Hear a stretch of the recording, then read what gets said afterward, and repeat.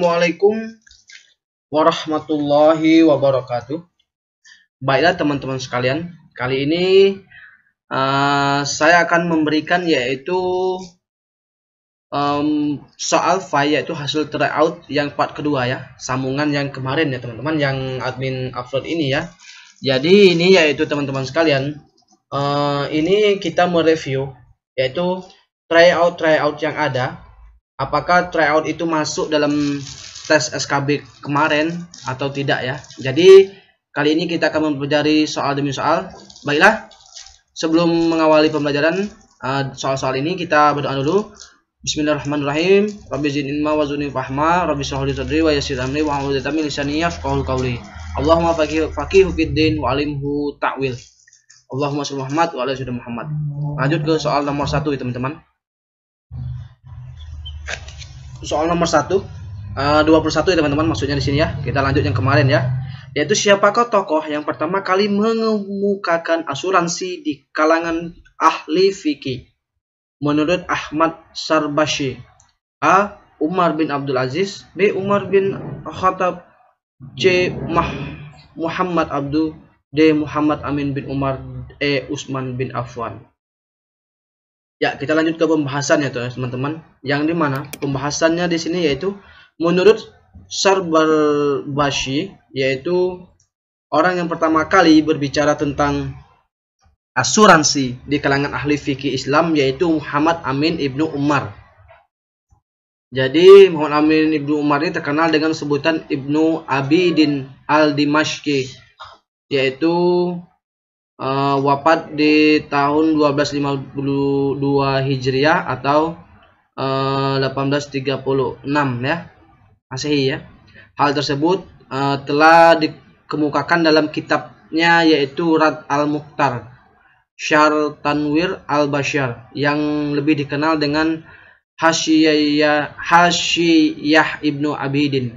Lihat Ahmad Sarbashi Yasalunaka fi al-Din wa al-Hayat, terjemahan dari Al-Ikhlas Surabaya ya, Indonesia 1987, halaman 361 dan 300 sampai 362. Jadi isinya yaitu D teman-teman, yaitu Muhammad Amin bin Umar, yang mana di sini dia mengemukakan yaitu asuransi ya di kalangan ahli fikih Islam. Itu ya teman-teman sekalian. Lanjut ke soal nomor 22. Pada masa awal kemerdekaan, pastinya pengelolaan pendidikan keagamaan belum seperti dewasa ini. Lembaga yang bertugas untuk mengatur secara operasional serta berwenang menentukan materi pengajaran agama Islam di sekolah umum pada waktu itu adalah Departemen Agama, B. Departemen P dan K, C. Majelis Pertimbangan Pengajaran Agama Islam, D. Unit masing-masing lembaga pendidikan, E. Badan Pengerjaan Komite Nasional Pusat. Ya, ini yaitu soal tryout yang mana telah admin bahas di waktu lalu ya teman-teman, di video admin yang kemarin ya, yang itu ya ada admin bahas ini ya. Jadi di sini materi bahasannya yaitu pemerintah Presiden Soekarno ya pada waktu itu membentuk Majelis Pertimbangan Pengajaran Agama Islam pada tahun 1947 yang dipimpin oleh Ki Hajar Dewantara dari Departemen P dan K dan Profesor Dr. Andes Abdullah Sigit dari Departemen Agama. Jadi tugasnya itu ikut mengatur yaitu pelaksanaan dan materi pengajaran agama yang diberikan di sekolah umum.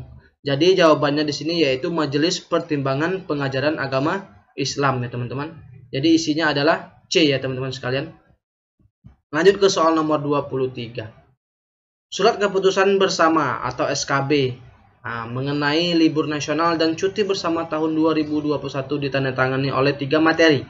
Selain ditandatangani oleh Menteri Agama, SKB tersebut ditandatangani oleh A. Menteri Tenaga Kerja dan Menpan RB, B. Menteri Pendidikan, Kebudayaan dan Menpan RB, C. Menteri Tenaga Kerja, Menteri Pendidikan dan Kebudayaan, D. Menteri Dalam Negeri dan Menteri Pendidikan Kebudayaan, E. Menteri Dalam Negeri dan Menteri Pan RB. Ya, ini juga telah admin bahas di soal review tryout yang kemarin ya. Ini soal yang kekinian yang sering dibahas di setiap tryout ya teman-teman sekalian. Jadi di sini ditandatangani oleh 3 menteri. Ya, lanjut di sini ya kita bahas ya, yaitu SKB tersebut ditandatangani oleh 3 menteri, yaitu Menteri Agama, Menteri Tenaga Kerja, dan Menteri Menpan RB. Itu ya. Ini diantara isi SKB tersebut adalah penghapusan cuti bersama hari Isra Mi'raj tanggal 12 Maret 2001 dan cuti hari raya Idul Fitri tanggal 17, 18, 19, 2021. Jadi jawabannya tadi adalah A ya teman-teman sekalian. Lanjut ke soal nomor 24. Secara konstitusional, kehidupan beragama di Indonesia dijamin dan dicantumkan dalam Undang-Undang 45 pasal, ya ini harus tahu ya teman-teman, yaitu pasal 29, sangat jelas ya, yaitu pasal 29 Undang-Undang 1945, yaitu menyatakan bahwa negara berdasarkan atas ketuhanan yang Maha Esa dan negara menjamin kemerdekaan tiap-tiap penduduk untuk memeluk agamanya masing-masing dan untuk beribadat menurut agamanya dan kepercayaan itu. Jadi jawabannya adalah D teman-teman, yaitu pasal 29. Lanjut ke soal nomor 25. Menteri Agama Republik Indonesia yang pertama adalah ya Haji Muhammad Rasjidi, D. B. Kiai Haji Wahid Hasyim, C. Harun Nasution, D. Saifuddin Zuhri, E. Muhammad Natsir. Ya, jadi Menteri Agama Indonesia pertama kali yaitu adalah ya A teman-teman, yaitu awal pendirian Kementerian Agama dipublikasikan melalui Radio Republik Indonesia. Dalam kesempatan itu, Presiden Soekarno mengangkat Haji Muhammad Rasjidi yaitu sebagai Menteri Agama Republik Indonesia. Beliau tokoh Muhammadiyah yang berlatar belakang pendidikan modern. Ingat ya, itu Menteri Agama pertama Indonesia yaitu Haji Muhammad Rasjidi. Lanjut ke nomor 26. Dalam rangka mempercepat pelaksanaan serta monitoring proses reformasi birokrasi, Kementerian Agama membentuk 8 kelompok kerja atau Pokja yang bertugas melaksanakan evaluasi pengukuran jenjang organisasi dan kemungkinan duplikasi fungsi adalah ya, jadi di sini Pokja yang bertugas melaksanakan evaluasi ya pengukuran jenjang organisasi dan kemungkinan duplikasi fungsi adalah A. Pokja Manajemen Perubahan, B. Pokja Penguatan Peraturan Perundang-undangan, C. Pokja Penguatan Kelembagaan, D. Pokja Penguatan Tata Laksana, E. Pokja Penguatan Sistem Pengawasan. Ya, dalam pembahasannya yaitu untuk mempercepat proses reformasi birokrasi yaitu dibentuk 8 kelompok kerja atau Pokja di lingkungan Kementerian Agama. Pokja yang bertugas mengevaluasi pengukuran jenjang organisasi dan kemungkinan duplikasi fungsi adalah Pokja Penguatan Kelembagaan. Jadi yaitu jawabannya adalah C teman-teman, yaitu Pokja Penguatan Kelembagaan. Nomor 27.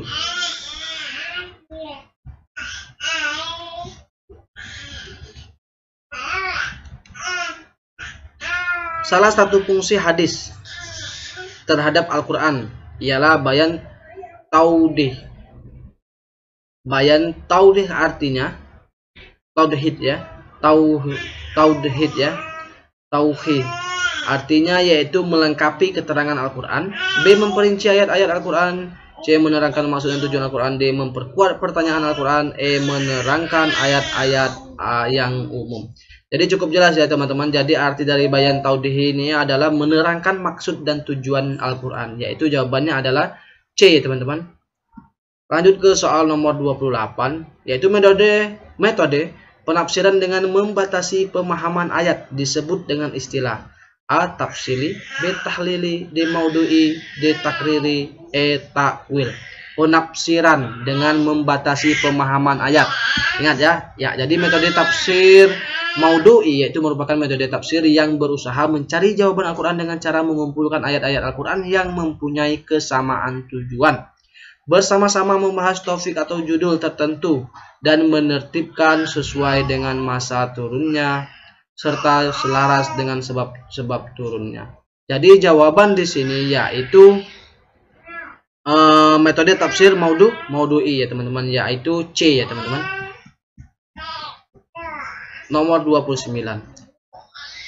Anda mengerjakan materi puasa Ramadan, maka ayat yang akan Anda bawakan adalah A. Surat Maryam ayat 26, B. Surat Ali Imran ayat 97, C. Surat At-Taubah ayat 60, D. Surat Al-Baqarah ayat 183, E. Surat Al-Baqarah ayat 177. Jadi isian di sini yaitu ya teman-teman cukup jelas ya, yaitu Al-Baqarah ayat 183, yaitu artinya hai orang beriman, diwajibkan kalian untuk atas kamu berpuasa sebagaimana diwajibkan atas orang-orang sebelum kamu agar kamu bertakwa. Jadi jawabannya adalah D, teman-teman. Lanjut ke soal nomor 30. Anda akan mengerjakan materi proses penciptaan alam semesta. Maka ayat yang akan Anda bawakan adalah A. Quran surat Al-Mu'minun 12 ayat 16, B. Quran surat Al-Mu'min 2-5, C. Quran Yunus 24, D. Quran surat Yunus 3 ayat 3, E. Quran surat An-Nahl ayat 12. Jadi penciptaan proses penciptaan alam semesta ini yaitu di surat Yunus ayat 24, yaitu teman-teman artinya yaitu sesungguhnya Tuhan kamu ialah Allah yang menciptakan langit dan bumi dalam 6 masa. Kemudian dia bersemayam di atas arsy untuk mengatur segala urusan. Quran surat Yunus 24. Jadi jawabannya adalah D, teman-teman, yaitu Quran Yunus ayat 2. Jawabannya adalah Quran surat Yunus ayat 24 ya. Salah nih ya.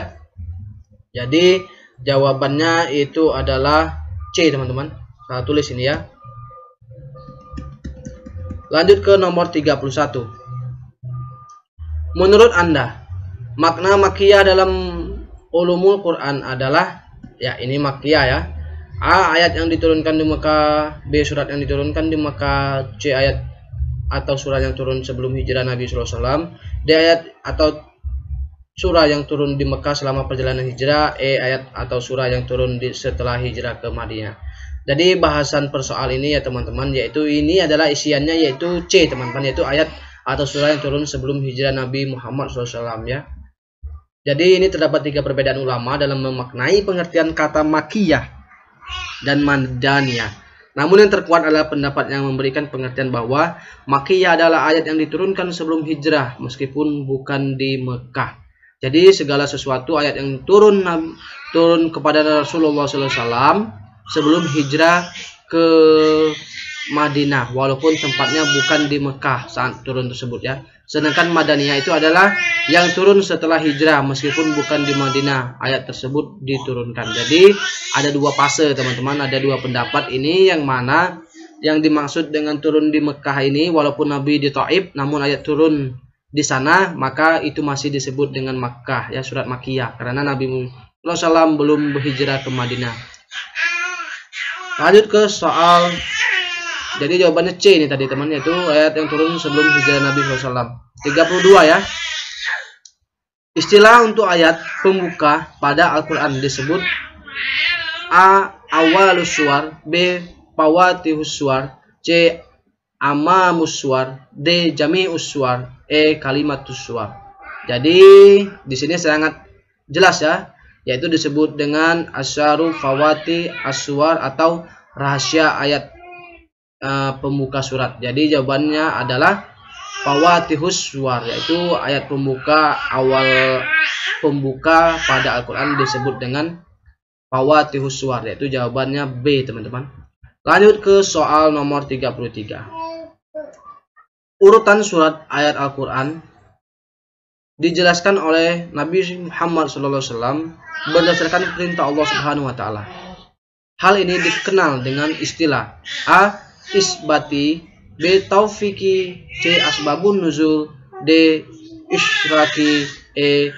Fazzi. Ya, jadi ini ayat yang diterima oleh Rasulullah itu tidak seperti susunan mushaf ya yang dijumpai sekarang. Jadi kita mengenal urutan ayat Al-Quran itu, para ulama bersepakat bahwa urutan tersebut bersifat taufikih, yang mana bersifat taufikih yaitu bermaksud bersumber dari keterangan Rasul.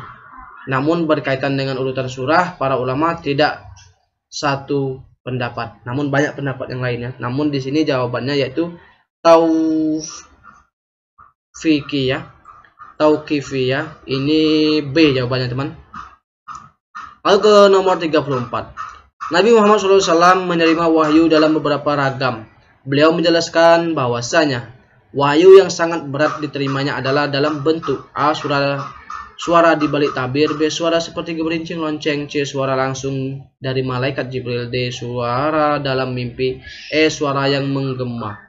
Jadi di sini jawabannya adalah ini yang sangat berat itu seperti suara yang seperti gemerincing lonceng ya teman-teman, yaitu B ya, isi ya 34 nya. Jadi ini pembahasannya, yaitu ada beberapa ragam bentuk saat Nabi SAW menerima wahyu. Bentuk yang pertama adalah beliau seperti mendengar suara gemerincing lonceng. Beliau menjelaskan bahwa cara inilah yang paling berat beliau rasakan, yaitu jawabannya adalah D tadi ya, yaitu salah ya, B teman-teman, yaitu gemerincing lonceng. Ini salah tulis saja ya. Lanjut ke nomor 35. Hikmah diturunkan Al-Quran secara berangsur-angsur adalah sebagai berikut, kecuali A. Di antara ayat-ayat itu ada yang naqs dan mansukh. B. Untuk memudahkan menghafal ayat-ayat. C. Untuk meringankan beban Nabi dalam menghafal ayat. D. Turunnya ayat sesuai dengan peristiwa yang terjadi. E. Agar lebih mudah dimengerti dan dilaksanakan. Jadi diturunkan Al-Quran secara berangsur-angsur itu yaitu Allah SWT menurunkan Al-Quran kepada Nabi Muhammad SAW secara bertahap atau berangsur-angsur. Keterangan mengenai ini bisa dibaca pada surat Al-Isra ayat 106 ya, dan surah Al-Furqan ayat 32, yaitu di mana hikmahnya adalah sebagai dijelaskan dalam option di atas, yaitu kecuali A ya. Jadi jawabannya adalah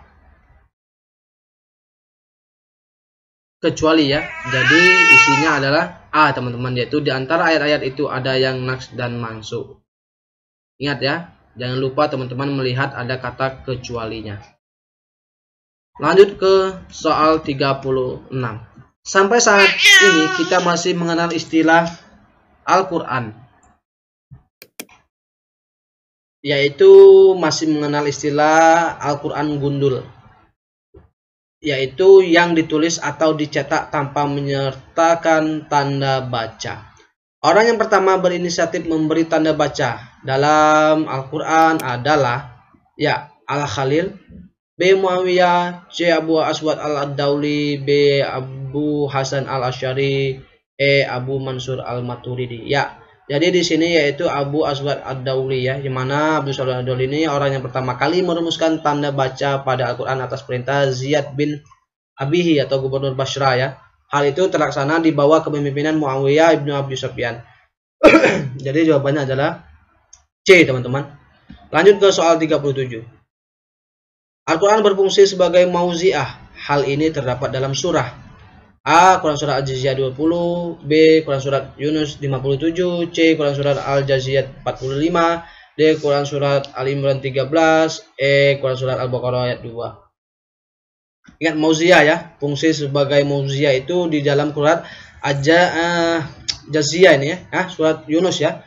Dalam Quran Surat Yunus ayat 57 yaitu Allah berfirman, wahai manusia, sesungguhnya telah datang kepada kamu mauizah atau pengajaran dan peringatan dari Tuhan kamu, syifa obat bagi apa-apa yang di dalam hati, huda petunjuk, dan rahman kasih sayang bagi orang-orang yang beriman. Maka di ayat di atas kita bisa ketahui 4 fungsi Al-Quran, yakni mauzi'ah, nasihat, syifa, obat, hudan itu petunjuk, dan rahman itu kasih sayang. Jadi di sini yang mauzi'ah itu adalah B teman-teman, yang mana B ini tadi yaitu Quran Surat Yunus ayat 57 ya. Ayo ke 38.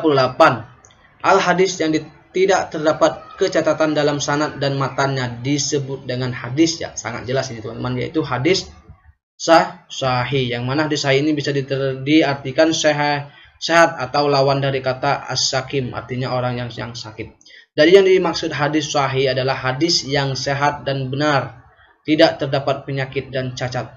Kemudian didefinisikan oleh Imam Al-Suyuti yaitu bahwa yang dimaksud dengan hadis sahih adalah hadis yang bersambung sanadnya, diriwayatkan oleh perawi yang adil dan dobit kuat. Dobit itu kuat hafalannya ya, tidak sesat atau asing dan tidak berilat atau cacat. Jadi jawabannya B teman-teman, sangat jelas ya.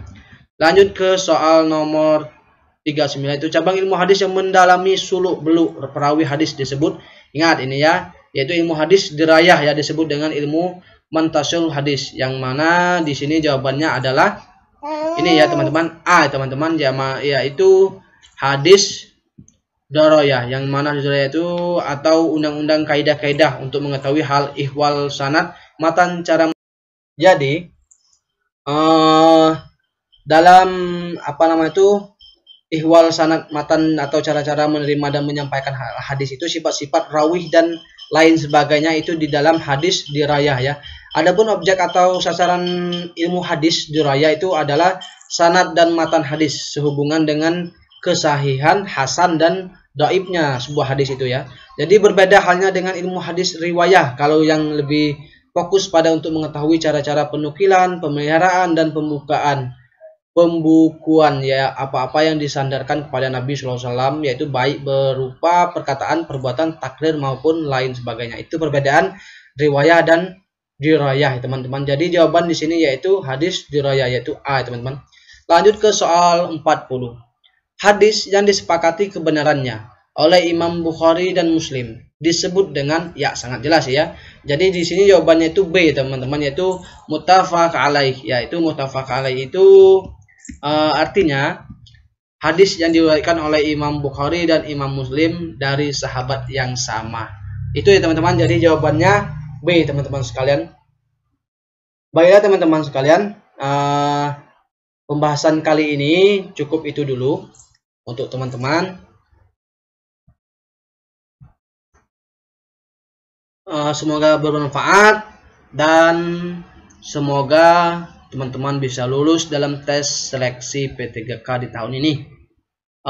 Ingat ya teman-teman sekalian, sebelum melakukan tes, perbanyaklah untuk bersedekah, banyak berikhtiar dalam belajar, dan lebih bagus lagi yaitu amalan baca yasin ya, diperkuat ya teman-teman, dan sholat malam ya.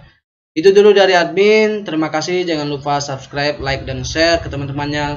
Wassalamualaikum warahmatullahi wabarakatuh.